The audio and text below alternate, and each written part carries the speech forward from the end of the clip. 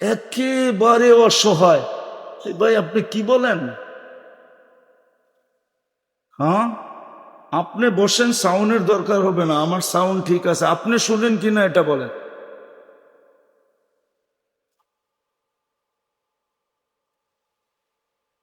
আপনি শুনেন কিনা এটা বলেন। ঠিক আছে, না শুনলে বসে থাকেন, নাহলে চলে যান।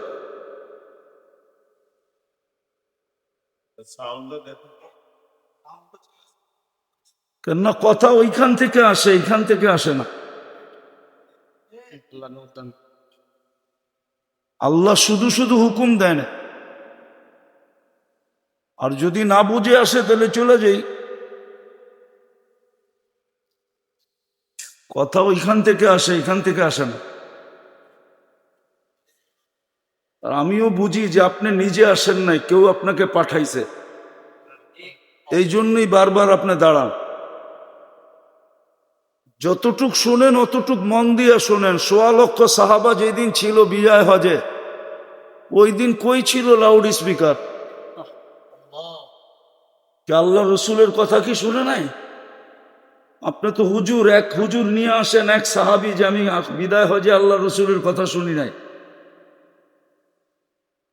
আমি তো ওই দরজগা নিজের চোখে দেখছি, যেখানে ইমাম বুখারী এখনো 50,000 ছাত্র বসতে পারে। জাদুঘর রাখা আছে, বুখারায় যায় দেখা আসেন। আমাদের হুজুরদের কাছ থেকে তো আমরা শুনছি ৯০,০০০ ছাত্র হইতো ওনার দর্শে। লাউড স্পিকার কোথায় ছিল? মনোযোগ ছিল, মনোযোগ। আপনার আমার মনোযোগ নাই। মনোযোগ থাকলে লাউড স্পিকার লাগে না। এই মজমা, আমার গলার আওয়াজ আল্লাহ এতটুকু দিছে যে ওই মাথা পর্যন্ত যাবে। আপনি বলছেন আল্লাহ আমাকে স্পিকার দেয় নাই?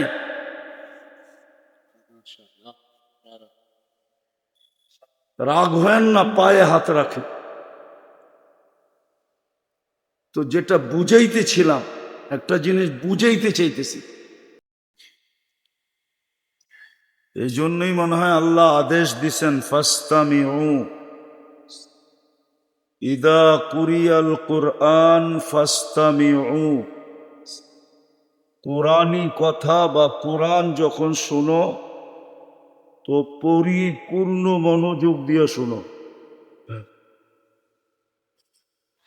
আরেকটু বলছেন আনসিতু, পরিবেশটাকে বিলকুল নিঝুম রাখো, নিঝুম। এই জন্য দিনী কথার ব্যাপারে আল্লাহ আওয়াজ বলেন না, আওয়াজ, যে আওয়াজ দিয়া বলো, আওয়াজ দিয়া শুনো। বলছে মনোযোগ দিয়া শুনো। কি দিয়া?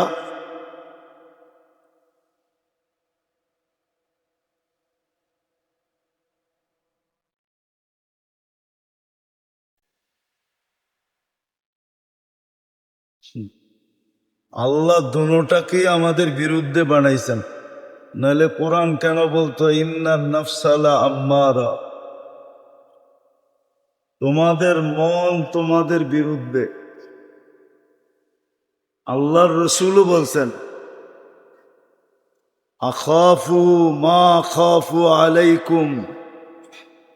পুরা হাদিস বলতেছি না, একটা বলতেছি, ইত্তেবাউল হাওয়া। তোমরা মন মতো চলবা একদিন, এটাই আমার ভয়। আর কোনো ভয় নাই। ভয় হইল যে তোমরা মন মতো চলবা। তোমাদের মন মতো চলাটাই আমার ভয়ের কি, আরে বলেন না, কারণ তোমরা মন মতো চলবা। আবার এটার ক্ষতিও বলছে, মন মতো চললে কি ক্ষতি হবে। আজকে আমরা সবাই ক্ষতির শিকার। এক তো শয়তানও আমাদের বিরুদ্ধে, আমাদের মনটাও আমাদের বিরুদ্ধে। সত্য এটাই। আপনি এটা ভাববেন না, আমি এটা ভাবলে ভুল হবে যে মনটা আমার আমার কথা মতো চলবে। মনটা আমার হইলে কি হবে, এটা আমার বিরুদ্ধে। আম্মারা, এই জন্য খুব নিষেধ করছেন। এই জন্য পরিবেশটাও হইতে হবে নীরব। শয়তান চাবে না যে আপনি মনোযোগ দিয়ে শোনেন, পরিবেশ নীরব থাকুক। এই পুরা সাভারবাসী শোনার দরকার নাই, যারা এখানে বসে আছে এরা শুনলেই হবে। এদের জীবন যদি চেঞ্জ হয়ে যায় তো যথেষ্ট। এই জন্য খুব মনোযোগ দিয়া। আমাদের সামনে কিন্তু রাস্তা দুইটা তিনটা নাই, দুটা রাস্তা। কয়টা? তিনটা রাস্তা আমাদের মাঝে নাই, যে তৃতীয় একটা রাস্তা আছে, দুইটাই রাস্তা। ওই দুই রাস্তার জন্যই আমাদেরকে সাজানো। মানুষকে আল্লাহ সৃষ্টির ভিতরে সবচেয়ে সেরা করে সাজাইছে। মানুষ সৃষ্টির ভিতরে সর্বদিকে সেরা। কি সেরা না?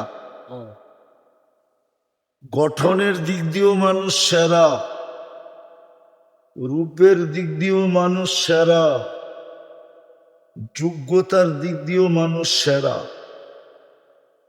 সৃষ্টির ভিতরে মানুষের চেয়ে সেরা কেউ নাই। আপনি শুধু সেরা এমনি হন নাই, ওয়ালাকাদ কাররামনা বানি আদম ঘোষণার মাধ্যমে হন নাই। আপনাকে আমাকে আল্লাহ সাজাইছেন। এই সাজানোর কারণ এটাই যে তোমাকে সাজাইছি, এরকম সাজাইছি, আল্লাহ সাজাইছে। আল্লাহ যদি মানুষ না সাজাইতেন তাহলে মানুষ এই দুনিয়াটা সাজাইতে পারতো না। কি পারতো না? কি না? মনে হয় আপনারা আমার সাথে একমত না? একমত। মানুষকে যদি আল্লাহ না সাজাইতেন,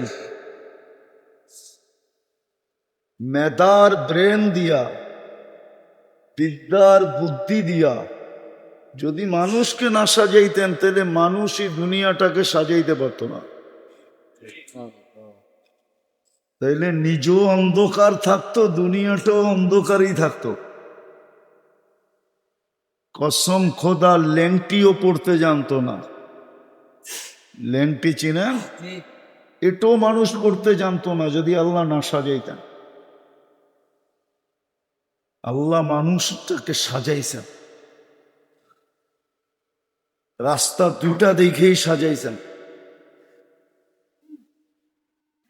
তৃতীয় কোনো রাস্তা নাই।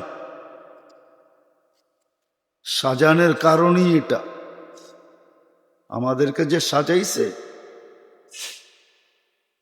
আমাদের ব্রেন দিয়া যে সাজাইছেন আল্লাহ, আমাদেরকে বিবেক বুদ্ধি দিয়া যে সাজাইছেন, শারীরিকভাবে যে আমাদেরকে সাজাইছেন, আর বিতর্গতভাবে যে আমাদেরকে সাজাইছেন, সাজানোর কারণ এটাই। আর শুধু সাজান নাই, নাইলে আপনিই বলেন এক বিদ্যুটে দুর্গন্ধময় পানি, এত সুন্দর রূপ নাই কি করে? আপনি নিজের বিচার নিজে করেন যে এই বিদ্যুটে দুর্গন্ধময় পানি মা আম্মাহিনা, কোরআনও বলে এই বিদ্যুটে দুর্গন্ধময় পানি এত সুন্দর রূপ নাই কি করে?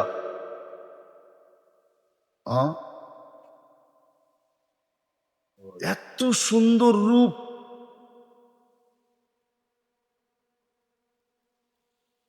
শুধু আমরা আমাদের রূপ দেখা তাক লাগি না, মানুষের রূপ দেখা সৃষ্টিও তাক লাগে। বিশ্বাস হয় না? আমি দলিল দিতেছি। আদম আলাইহিস সালামকে বানায়া যখন আরশের নিচে রেখা দিছেন না 40 বছর, তো ফেরেশতারা আসতো আর দেখতো আর বলতো খালকুন জাদিদ, নতুন সৃষ্টি। তো কেন এর আগে তো মানুষ দেখে নাই, ঠিক না? দেখছে নাকি? না মনে হয় দেখছে, জাদুঘরে আসছিল না, তো বলতো খালকুন জাদিদ, নতুন সৃষ্টি। তো আবার বলতেন খালকুন জামিল, এত সুন্দর হবে না কেন? আদম আলাইহিস সালামকে কুদরতি হাত দিয়া বানাইছেন, খালাকতুহু বিয়াদিয়া, কুদরতি হাত দিয়া বানাইছেন, সুন্দর হবে না কেন? আমরাও সুন্দর হব না কেন? কেননা আল্লাহর কুদরতি হাতের বানানো, ঠিক না?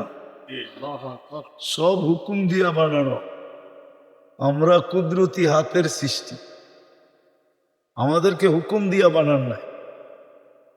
এই জন্যই তো সব 6 দিনে কমপ্লিট। কয় দিনে? সিত্তা ইয়াম, কোরআন বলে 6 দিনে কমপ্লিট।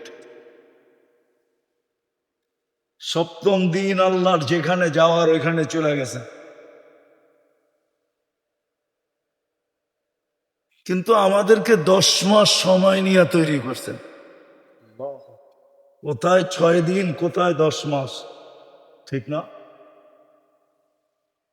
কোন বলতেছিলেন হয়তো ছিল, কিন্তু আমাদেরকে কোন দিয়া তৈরি করেন নাই, কুদরত দিয়া তৈরি করছেন। হ্যাঁ, এই জন্যই তো মানুষ এত সুন্দর, এত সেরা। তো আল্লাহ আমাদেরকে অস্তিত্ব দিছেন, সাজাইছেন। রাস্তা 2টা বিদায়, শুধু সাজান নাই, আমাদের দায়ে দায়িত্ব নিছেন। এই জন্যই তো আল্লাহ রব, আল্লাহ রব আমাদেরকে লালন পালন করতেছেন। কে? হ্যাঁ, বুঝবেন কিনা জানি না, বইলা দেখি। আমাদের ঘরের সন্তান বা আমাদেরকে আল্লাহ নিশ্চয় কেন জন্ম দিল? অসহায় কেন জন্ম দিল? বাচ্চাটা যখন আসে তো নিশ্চয় না, না নিশ্চয় না, একেবারে নিশ্চয়, একেবারে অসহায়। ভাই আপনি কি বলেন? হ্যাঁ, আপনি বসেন, সাউন্ডের দরকার হবে না, আমার সাউন্ড ঠিক আছে, আপনি শুনেন কিনা এটা বলেন।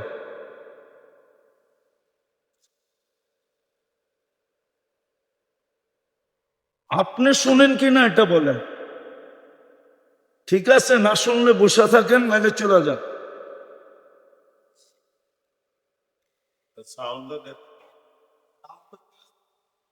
কেননা কথা ওইখান থেকে আসে, এইখান থেকে আসে না। আল্লাহ শুধু শুধু হুকুম দেয় না, আর যদি না বুঝে আসে তাহলে চলে যাই।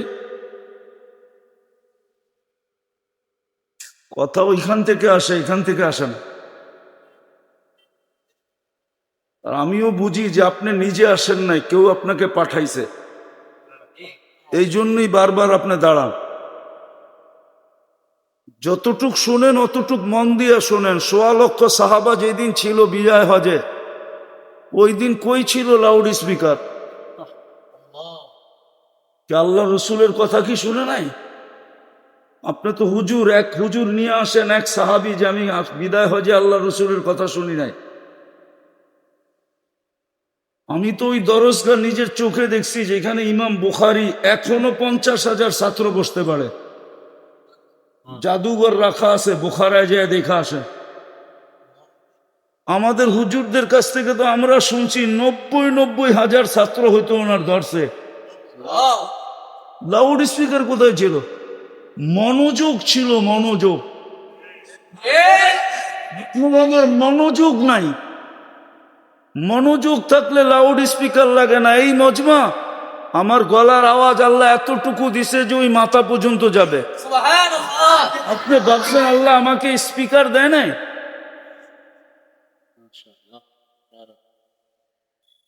রাগ হয় না, পায়ে হাত রাখে। তো যেটা বুঝাইতেছিলাম, একটা জিনিস বুঝাইতে চাইতেছি,